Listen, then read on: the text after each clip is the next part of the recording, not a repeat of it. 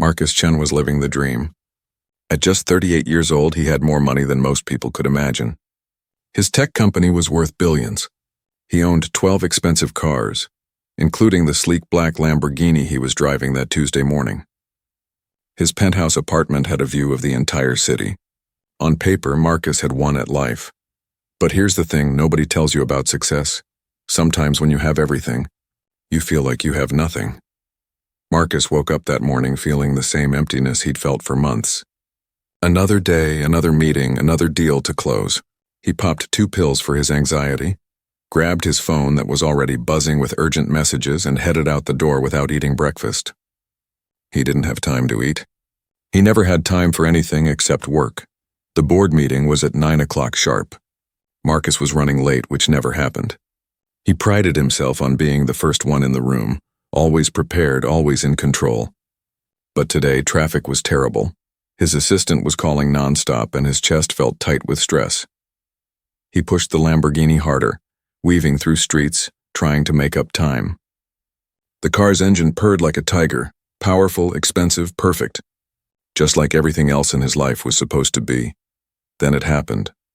Right in the middle of an industrial area he'd never visited before, the engine made a horrible coughing sound. The car shuddered. Marcus felt panic rising in his chest. Not now, not today. He had too much to do, too many important things happening. The Lamborghini rolled to a stop.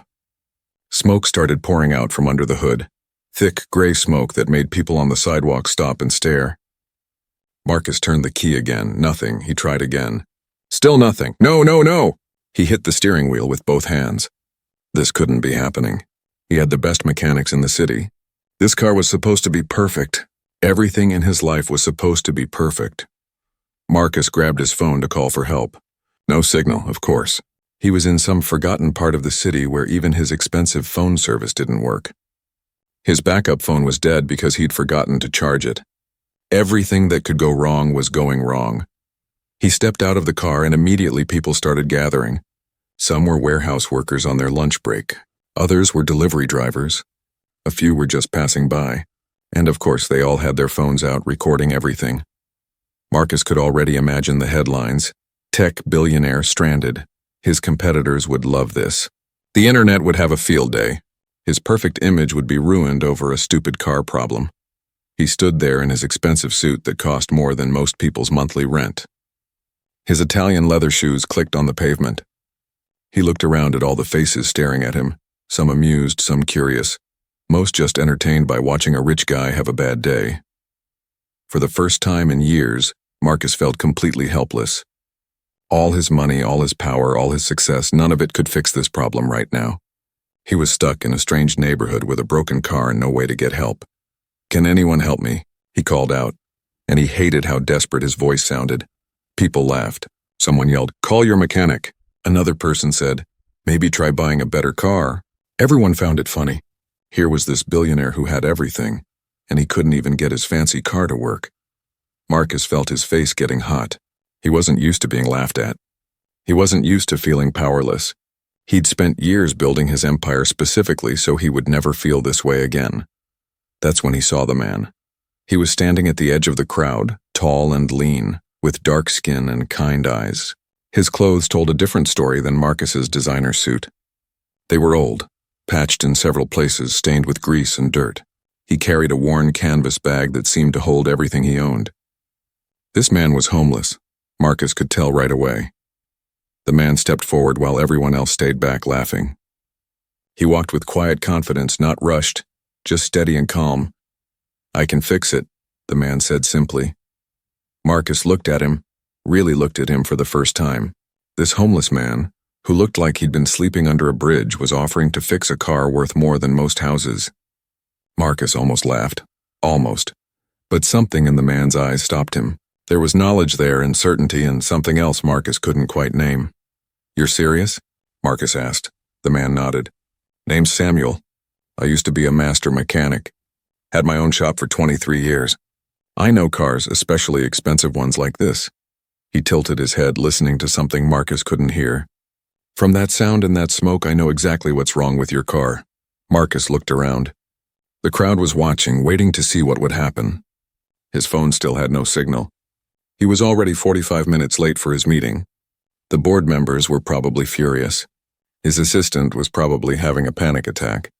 Everything was falling apart. What choice did he have? "Okay," Marcus said, stepping aside. "Please, I'll pay you whatever you want." Samuel smiled.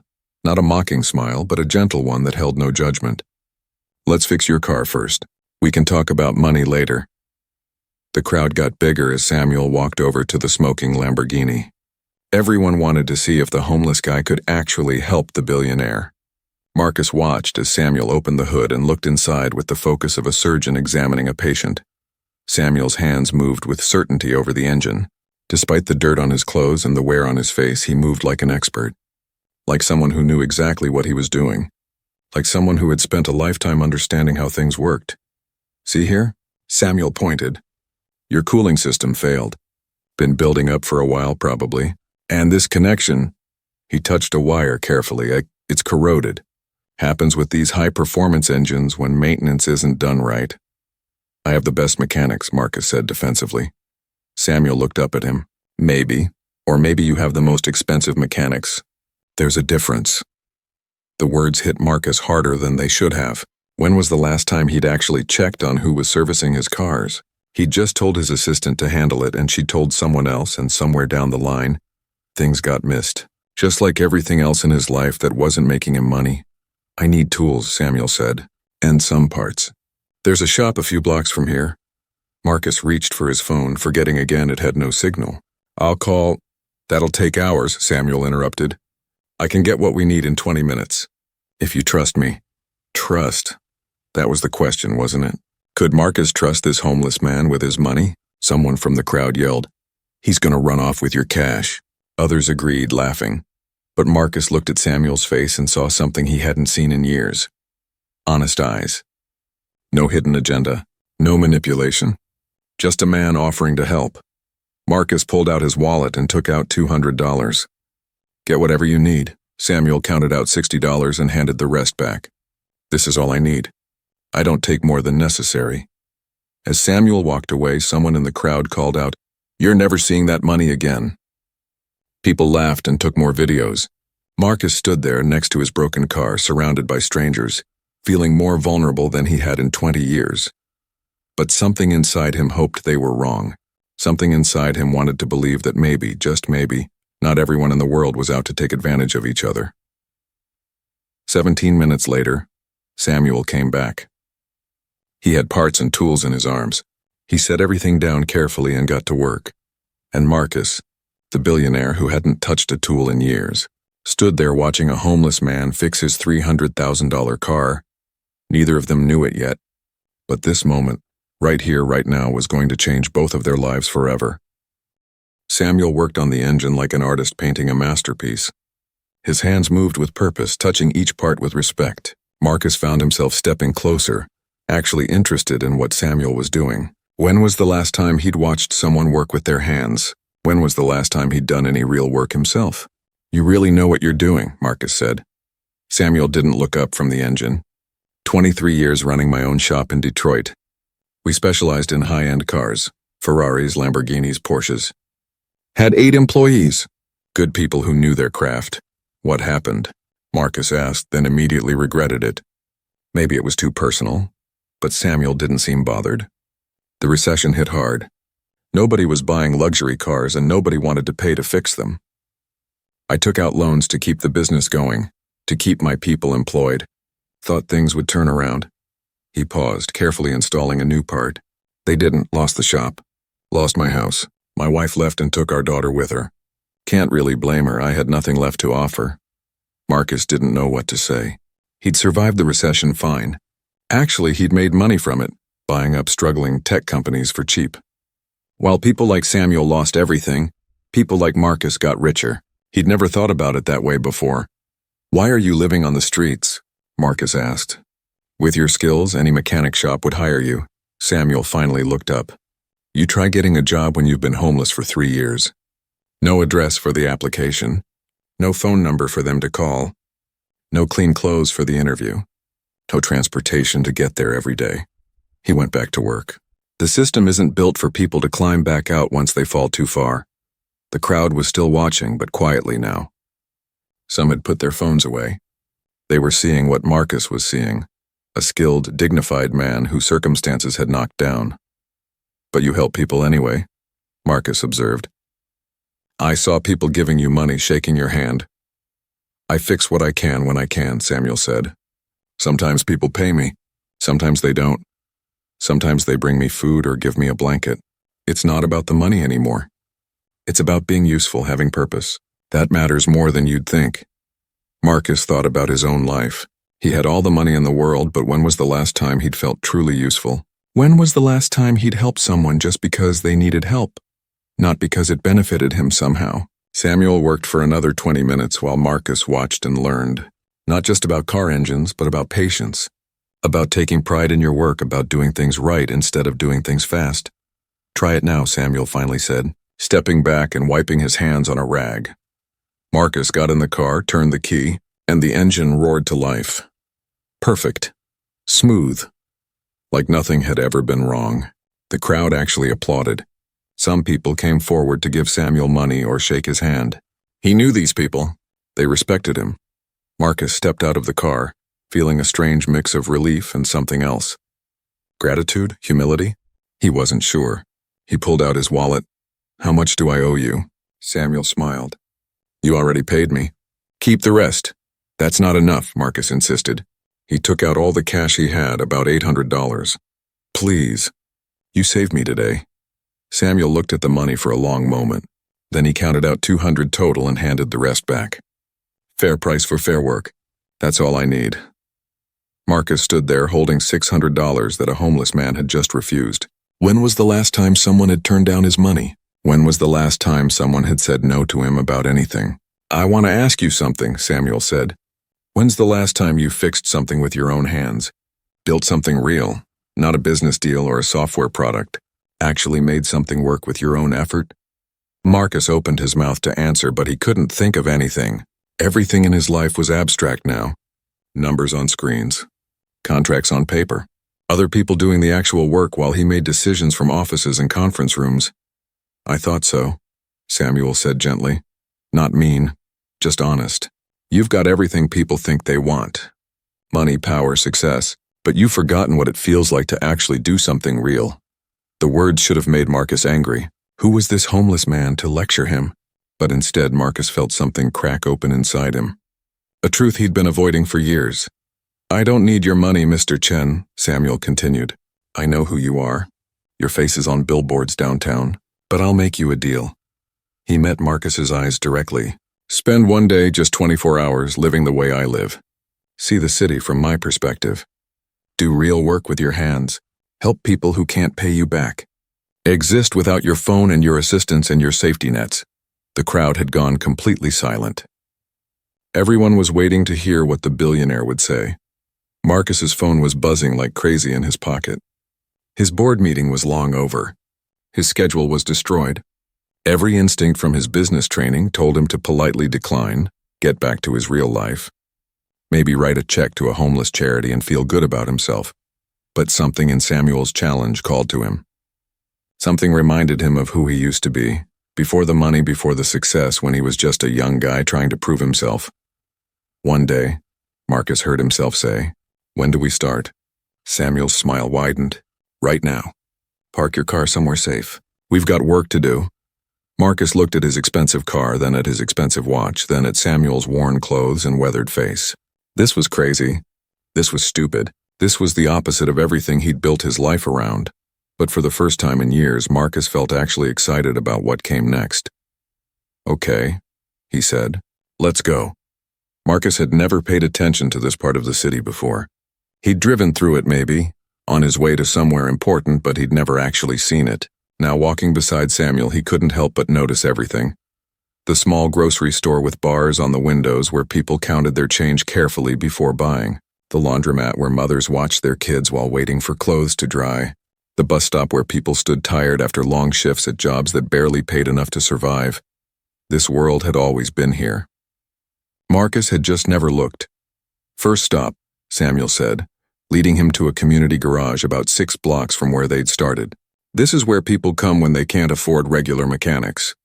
They rent bay space by the hour and fix their own cars. I help them when I can. Inside, the garage smelled like oil and hard work. The concrete floor was stained from years of repairs. Tools hung on pegboards, some new, most old, but well-maintained. About a dozen people were working on various vehicles. Samuel, an older woman, waved from beside a beat-up Honda Civic. Thank God you're here. My car won't start and I need to get to work tonight. This is Mrs. Henderson, Samuel introduced them. She works night shifts at the hospital as a nurse. Been doing it for 30 years. Mrs. Henderson looked at Marcus's expensive clothes skeptically. Is he going to help or just watch? He's going to help, Samuel said with confidence Marcus didn't feel. For the next hour, Samuel guided Marcus through diagnosing the problem. A dead battery, corroded terminals, loose connections. Simple stuff, Samuel said. But for Marcus, it was like learning a new language. Hold the wrench like this, Samuel showed him. Feel the resistance? That tells you when it's tight enough. Too loose and it won't work. Too tight and you'll strip the threads. Marcus's hands, soft from years of only touching keyboards and signing papers, struggled with the work. His back hurt from bending over the engine. His fingers got pinched between metal parts. Sweat dripped into his eyes. It was humbling. You're thinking too much, Samuel said. Your brain is trying to engineer a solution, but sometimes you just need to feel the work. Let your body learn. Gradually, Marcus began to understand. There was a rhythm to it, a physical connection between effort and result that was completely different from his digital world. When you tightened a bolt correctly, you could feel it. When you connected a wire right, you could see the result immediately. No waiting for quarterly reports or market analysis, just direct cause and effect. When Mrs. Henderson's car finally started, the relief on her face was instant and real. She tried to give Samuel $20, probably a significant chunk of her night's pay. Keep it, Samuel said. You need it more than I do. Just help someone else when you can. After she drove away, Marcus said, You didn't charge her anything. How do you survive? The ones who can pay do pay. The ones who can't, I help anyway. Samuel started cleaning the tools they'd used, putting each one back in its proper place. Money is just a tool, like this wrench. It's useful, but it's not the point. The point is what you do with it, who you help with it. Throughout the day, Samuel took Marcus to place after place, introducing him to a world he'd never known existed. They helped a young man fix his bicycle, his only way to get to his 2 jobs. They repaired a broken wheelchair for a veteran who couldn't afford the shop's $400 quote. They patched a fence at a community garden that fed dozens of families. With each repair, Samuel taught Marcus not just the technical skill, but something deeper. See this stripped bolt? Samuel pointed. You could throw away the whole assembly and buy new. That's the easy answer when you have money. But these folks don't have that option. So you learn to work with damaged things. You find creative solutions. You make do with what you have. He looked at Marcus. People are the same way. Everyone's damaged somehow. Everyone's got stripped bolts and corroded wires. But that doesn't make them worthless. Sometimes the broken things are worth more because they've survived being broken. As the afternoon wore on, Marcus's understanding of success began to shift. He met a man who spoke 3 languages but drove a cab because his engineering degree from his home country wasn't recognized here. A woman who'd been a teacher for 20 years but now worked 2 retail jobs after her school district cut positions. A young guy who'd graduated from college with honors but couldn't find work in his field and was paying off student loans by working construction. All of them had stories. All of them had value. All of them had been invisible to Marcus before today. Where do you eat? Marcus asked as the sun started to set.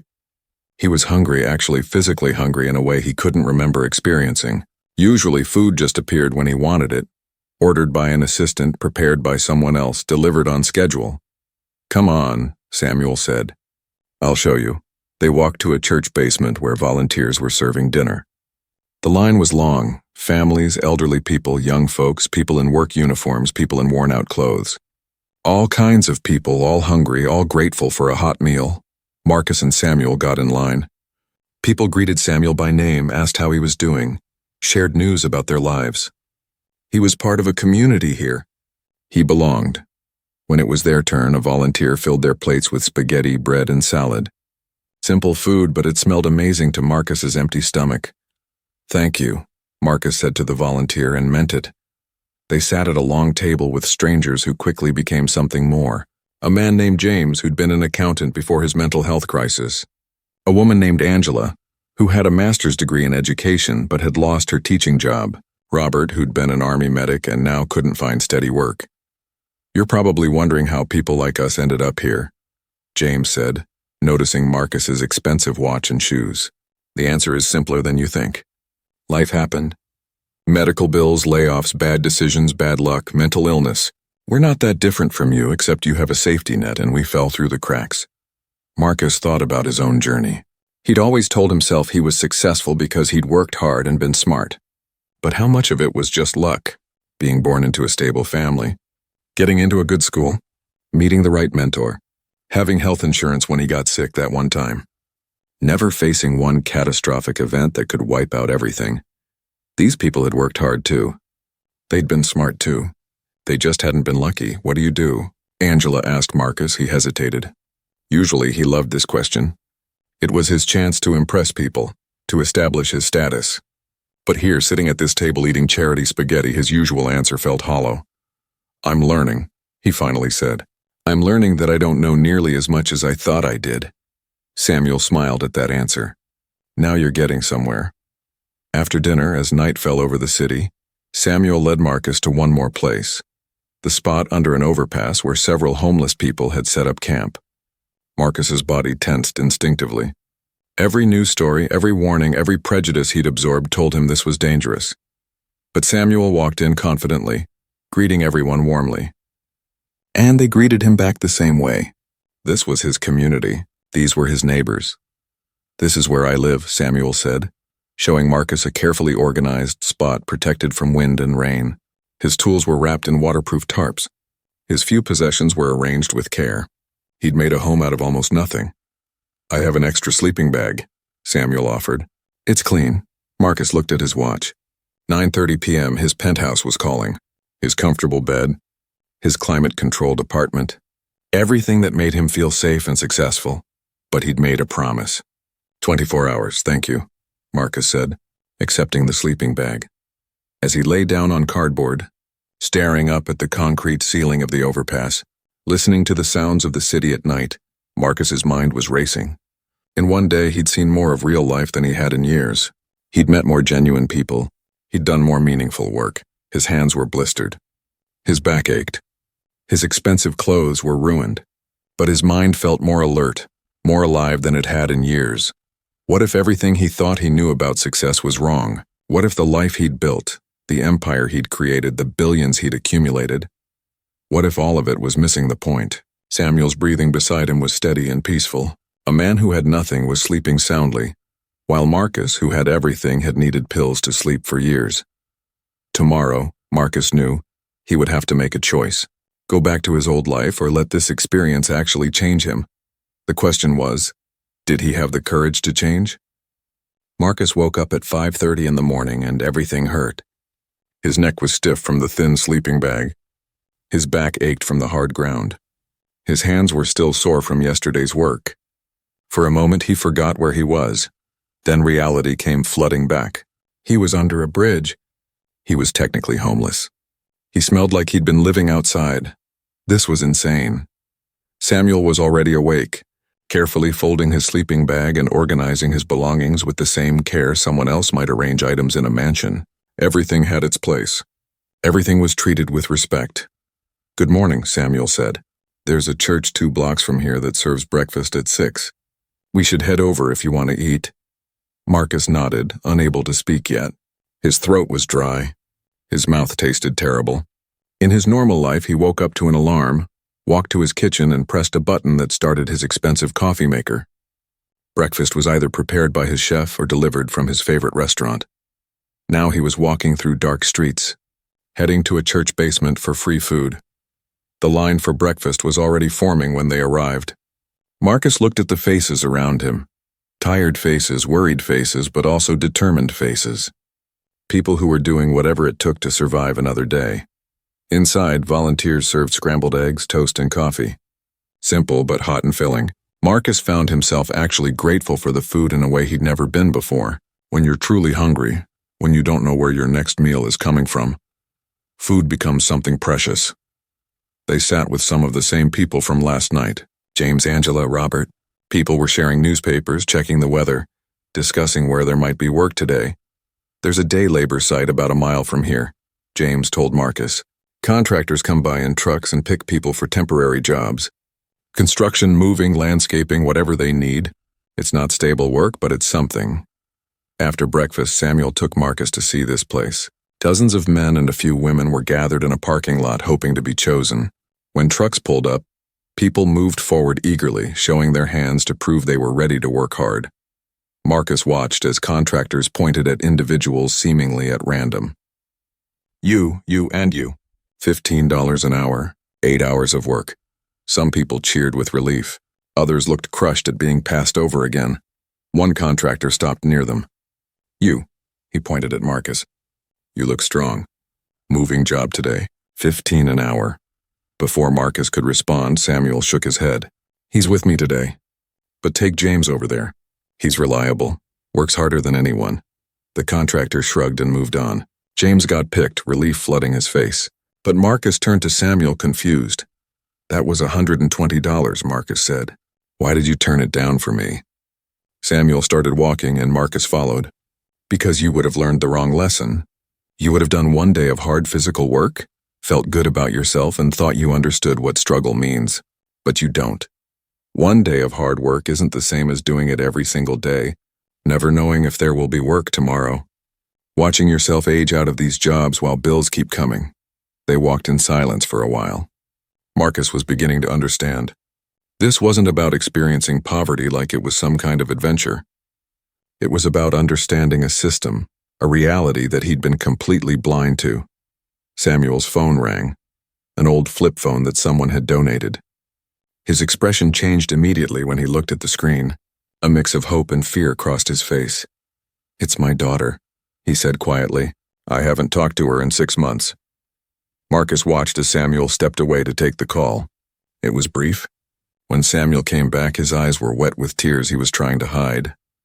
She's getting married next month, Samuel said, his voice breaking. She wanted to invite me, but she's ashamed.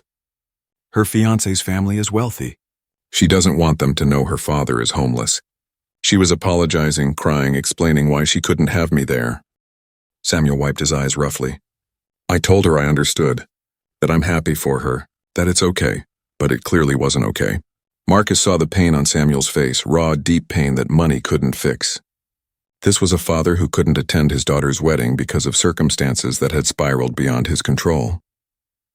There has to be a solution, Marcus started to say, his mind already working on the problem. With your skills, we could stop. Samuel's voice was suddenly sharp. Just stop, Marcus.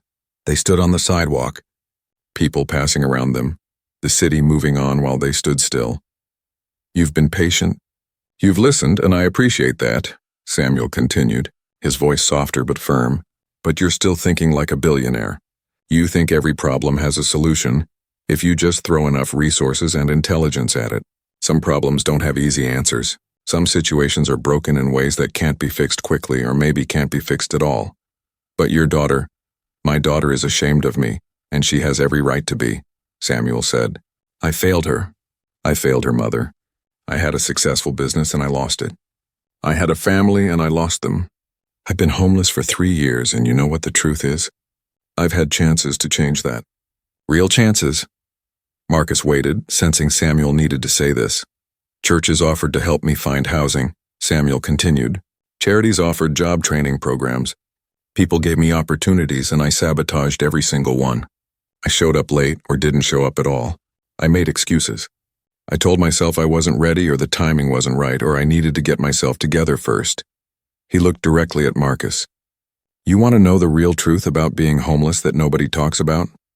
Sometimes we keep ourselves here because being broken feels safer than trying to put yourself back together and failing again. Sometimes the fear of disappointment is stronger than the hope of success. The honesty hit Marcus like a physical blow. This wasn't a simple story of a good man defeated by circumstance. This was more complicated, more human, more real. Why are you telling me this? Marcus asked. Because you need to understand that money doesn't fix everything, Samuel said. That throwing cash at problems is easy. Actually helping people is hard. Really hard. It takes time. It takes relationship. It takes understanding that everyone's story is complicated. They walked to a small park and sat on a bench. Around them, normal life continued. People jogging, walking dogs, going about their day, completely unaware of the invisible struggles happening just outside their view. "I need to tell you something else," Samuel said after a long silence. "I see the same brokenness in you that's in me." "I'm not broken," Marcus protested. "I'm successful. I have everything." "That's exactly what I'm talking about," Samuel interrupted. "You're rich, powerful, successful by every measure society cares about. But you're running from something. You work yourself to death to avoid feeling something. You've built walls of wealth and achievement to protect yourself from vulnerability." Marcus wanted to argue, but the words died in his throat because Samuel was right. He thought about his life, the relationships he'd ruined, the friendships he'd lost, the simple pleasures he'd abandoned in pursuit of more. When was the last time he'd genuinely laughed? When was the last time he'd felt truly connected to another person? "You're homeless too, Marcus," Samuel said gently. "You just have a nicer place to sleep while you're lost." They sat there for a long time. Two broken men from completely different worlds, both trying to figure out how to fix what was really wrong. "What do I do?" Marcus finally asked, and for the first time in years he genuinely didn't know the answer to a problem. "That," Samuel said, standing up, "is the question. Come on. There's something I want to show you." Samuel led Marcus through narrow streets past buildings that seemed forgotten by the city's progress. They walked for about 15 minutes until they reached an old warehouse. The structure looked abandoned. Broken windows, walls covered in faded graffiti, weeds pushing through cracks in the concrete. "This is it," Samuel said, pulling open a rusty side door. Marcus hesitated. The building looked dangerous, ready to collapse. But Samuel walked in confidently, so Marcus followed. What he saw inside took his breath away. The warehouse was alive with activity. At least 30 people were scattered throughout the space, each focused on their work. One corner had become an electronics repair station. Another area was dedicated to furniture restoration. Near the back, someone was fixing bicycles while teaching a group of teenagers how engines worked.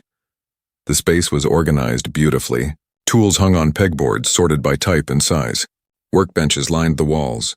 Shelves held donated parts and materials labeled clearly. String lights hung from the ceiling, creating warm illumination. Someone had even painted a mural on one wall, hands reaching toward each other, helping, building together.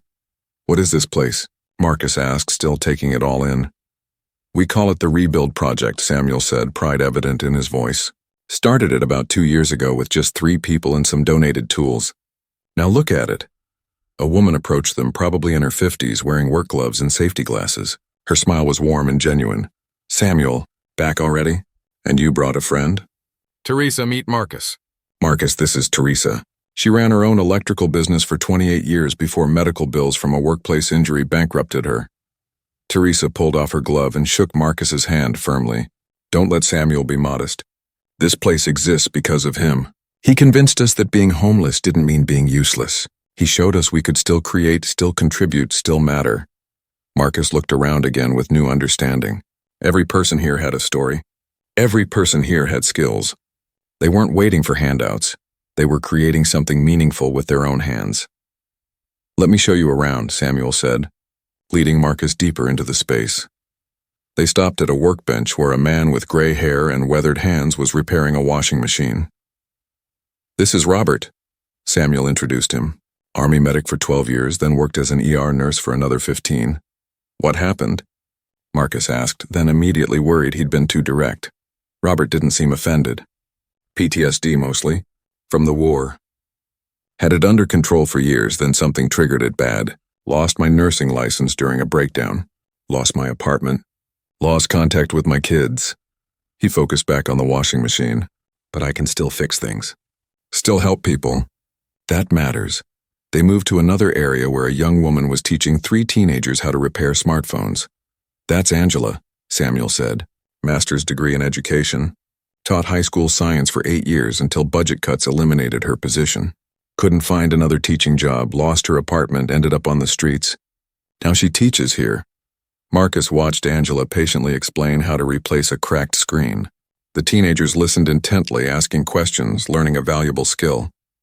This was education happening in an abandoned warehouse, taught by someone the system had discarded. How does this actually work? Marcus asked. How do you sustain it? Teresa, who had followed them, answered. People bring us broken things they can't afford to fix. We repair them for free. If they can afford to donate something, they do. If not, no problem. Every donation goes right back into this place. Buying parts, keeping the lights on, helping someone who needs bus fare to a job interview. But how did you organize all this? Marcus's business mind was trying to understand the logistics. Samuel smiled. You helped us, actually. Remember that community sharing app your company built? The one for local neighborhoods? Marcus nodded. He'd launched that app 3 years ago. It never made much profit. He'd kept it running mostly because the user engagement data was interesting, but he'd never investigated who was actually using it. We use it to coordinate everything, Teresa explained. People post what they need fixed. We match them with volunteers who have the right skills. We schedule pickups and deliveries. We organize supply donations. Your app made all of this possible. Marcus felt something shift inside him. He'd built that app thinking about market share and revenue streams. He'd never imagined it could be used like this, to build community, to help people help each other, to create real value that didn't show up on any profit report. Come here, Samuel said, leading Marcus to a quieter corner of the warehouse. Someone had set up a small living area, a cot with a clean blanket, a small table with a lamp, shelves holding books and personal items. On the wall hung a framed photograph that made Marcus pause. The photo showed Samuel from different times. Younger, smiling, standing in front of an auto shop with Williams & Sons mechanics painted on the window. Beside him stood a woman and a little girl, all of them looking happy and hopeful. My family, Samuel said softly. My shop, my old life. I keep this photo here to remind myself of something important. What's that? Marcus asked. That I'm still the same person. I lost everything material, but I didn't lose my skills. I didn't lose my ability to help people. I didn't lose my worth as a human being. Samuel touched the photo gently. The world might see me as homeless, as a failure, as someone to ignore. But I know who I am. This place, he gestured to the workshop. This reminds everyone here who they really are. Marcus felt emotion rising in his chest. He'd spent years building an empire, accumulating wealth, chasing success. But he'd lost himself in the process. He'd forgotten why he started.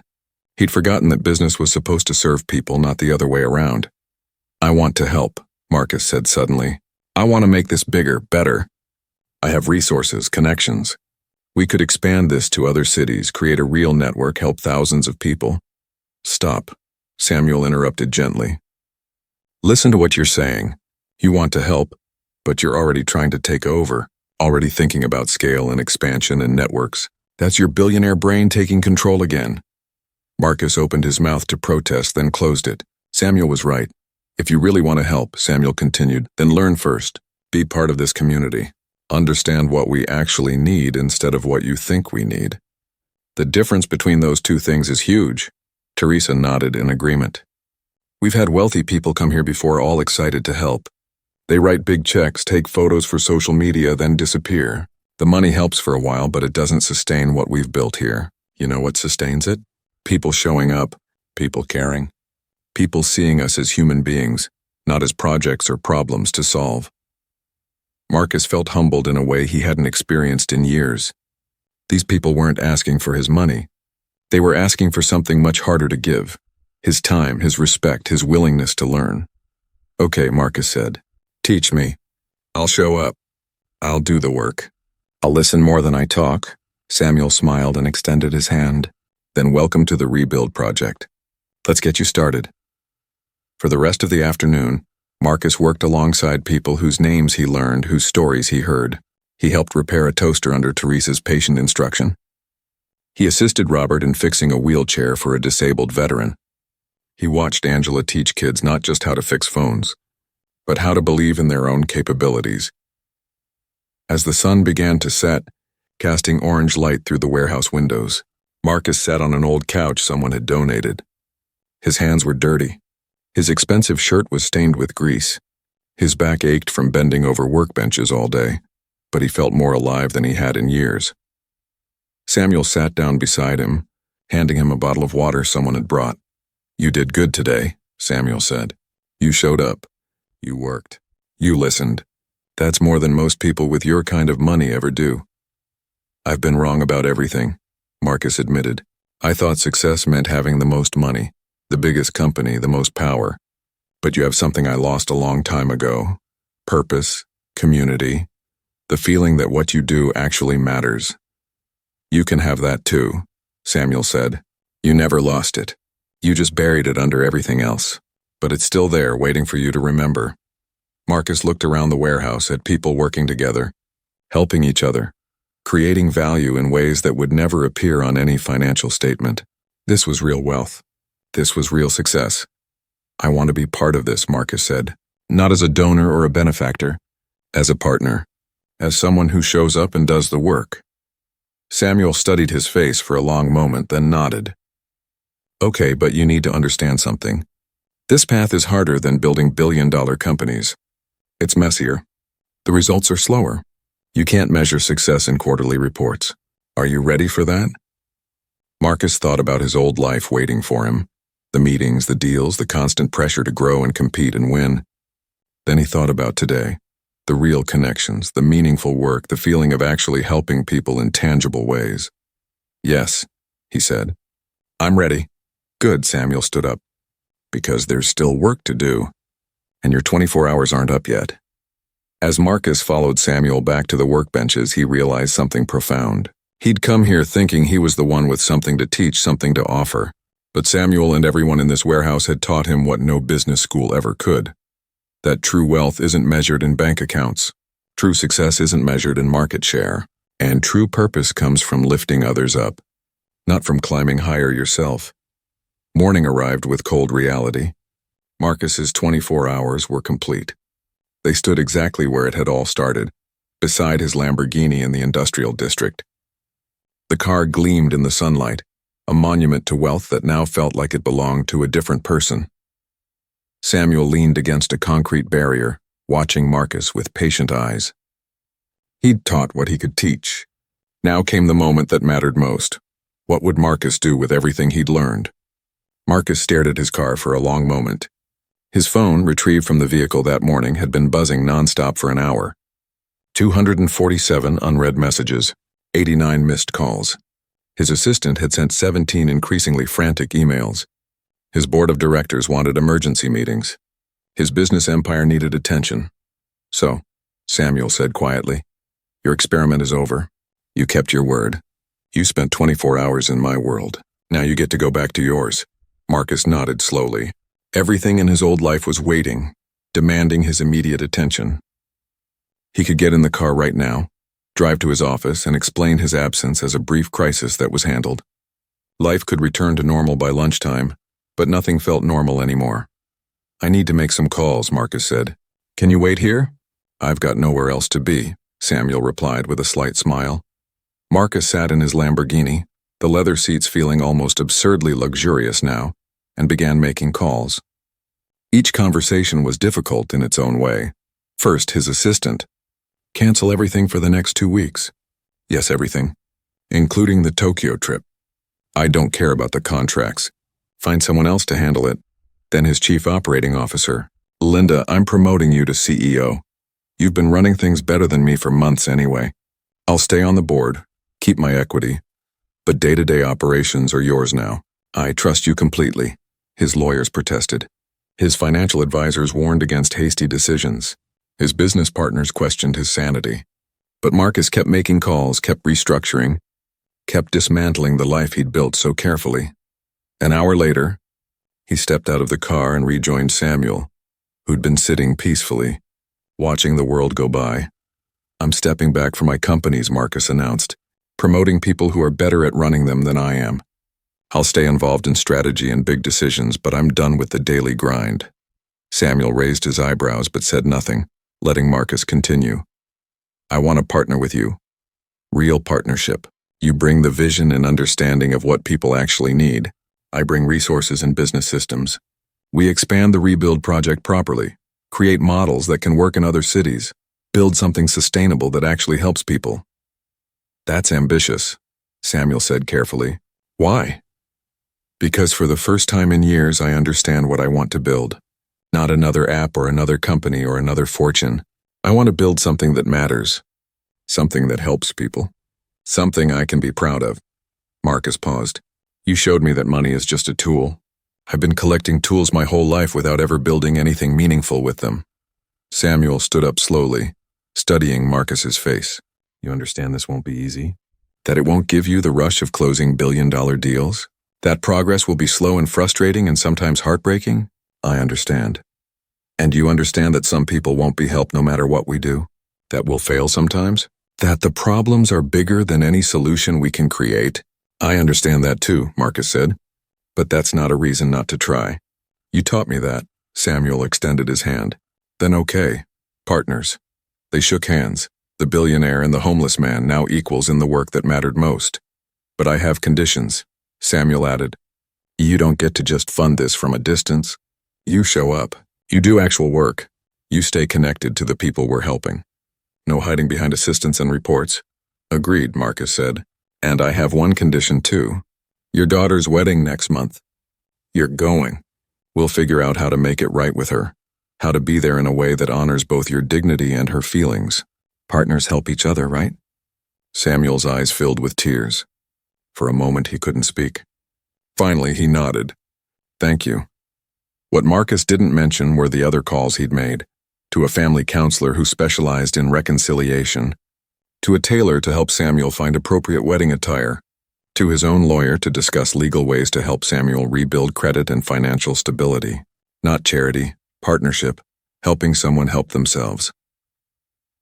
3 weeks later, the warehouse transformation was complete. Professional contractors had reinforced the structure, installed proper electrical and plumbing, created dedicated zones for different repair specialties. But the soul remained the same, people working together, rebuilding items and lives. Marcus stood in the center of the space during a quiet community gathering. No press invited, no politicians giving speeches, just the people who'd built this place, celebrating what they'd created together. Teresa was now the paid operations manager. Robert handled volunteer coordination. Angela ran the educational programs. Dozens of others had roles that matched their skills and gave them purpose. The rebuild project had become a real organization, sustainable, growing, making tangible differences in real lives. Marcus had funded the renovation and initial operating costs, but he'd structured everything so the organization would become financially independent through a mix of sliding-scale service fees, corporate partnerships, and social enterprise revenue. This wasn't charity. It was a new economic model that created value for everyone. Speech, someone called out and others joined in. Marcus shook his head, but Samuel pushed him forward gently. Say something. Marcus looked around at faces that had become familiar, people he now knew by name, whose stories he'd heard, whose lives had intersected with his in meaningful ways. A month ago, Marcus began, my car broke down right outside. I was furious, stressed, completely focused on a business meeting I was missing. I thought that meeting was the most important thing in the world. He paused, smiling. I was wrong about that. And I was wrong about a lot of things. People listened quietly as Marcus continued. Samuel fixed my car that day, but more importantly, he fixed something broken in me. He taught me that success isn't about what you accumulate, it's about what you contribute. That wealth without purpose is just numbers on a screen. That the most valuable things we can build aren't companies or fortunes, but communities and connections and lives that have meaning. He looked at Samuel. This place exists because of his vision, because he refused to believe that losing everything material meant losing everything that mattered. He showed all of us, Marcus gestured to everyone gathered, that our worth isn't defined by our bank accounts or our addresses or our job titles. It's defined by what we do with whatever we have, whether that's a lot or a little. Marcus's voice grew stronger. I had a lot, but I wasn't doing much with it that mattered. Now I'm learning. I'm showing up. I'm doing real work with my hands. I'm building something I can actually be proud of. And I have all of you to thank for teaching me what no business school ever could. The gathering erupted in applause. Marcus stepped back, feeling both humbled and elevated. This was success. Not the Forbes list or the corner office or the luxury car. This moment with these people building something that actually mattered. 4 weeks after that, Marcus stood in the back of a small chapel, tears streaming down his face as he watched Samuel walk his daughter down the aisle. The reconciliation hadn't been easy. There had been difficult conversations, uncomfortable truths, slow rebuilding of trust. But Samuel's daughter had agreed to let her father be part of her wedding. And the joy on Samuel's face was worth more than every business success Marcus had ever achieved. Samuel wore a simple but elegant suit. He'd been seeing a therapist regularly, taking medication for depression, doing the hard internal work of healing. He had an apartment now, paid for by his salary as co-director of the rebuild project. His life was stabilizing, one day at a time. As father and daughter embraced at the altar, both crying, Marcus felt something he hadn't felt in years. Pure happiness for someone else's success, with no calculation of personal benefit, just genuine human connection and joy. Teresa, attending as Samuel's guest, leaned over to Marcus. You really did change. Most rich guys would have written a check and moved on. You actually stayed. Samuel taught me that showing up is more important than showing off, Marcus replied. That real wealth is measured in relationships, not revenue. I'm just trying to live up to that lesson. 6 months later, Marcus sat in his new office, smaller, simpler, decorated with photos of people rather than awards and accolades. The rebuild project now operated in 5 cities. They'd helped thousands of people repair essential items they couldn't afford to replace. They'd helped over 100 people transition from homelessness to stable employment. But the statistics weren't what motivated Marcus anymore. Taped to his wall were thank you notes, photos of families, drawings from children whose parents could now afford food because they weren't paying repair bills. Real faces, real impact, real meaning. His phone rang. An old competitor, another tech billionaire. Marcus, what are you doing? You're giving away your fortune, stepping back from your companies, spending time on charity work. You are on track to be one of the richest people alive. Have you lost your mind? Marcus smiled. Actually, I think I finally found it. That's not a real answer. Then here's a real answer, Marcus said calmly. I was rich and miserable. Now I'm slightly less rich and genuinely happy. That should tell you something about what actually matters. After the call ended, Marcus returned to his work, preparing for tonight's workshop where he and Samuel would teach basic home repairs to single parents. Small, unglamorous work that would never make headlines. But it was real. It mattered. And it was building something far more valuable than another billion in the bank. 1 year after the breakdown, Marcus and Samuel stood beside the Lamborghini again, exactly where it had all begun. Keep it or sell it? Samuel asked, nodding at the car. Marcus ran his hand along the hood. A year ago, this car had represented everything he valued. Now it was just a vehicle. I'm keeping it, Marcus decided. But not as a trophy. As a reminder that everything I have is just a tool. What matters is what I build with those tools. Samuel nodded approvingly.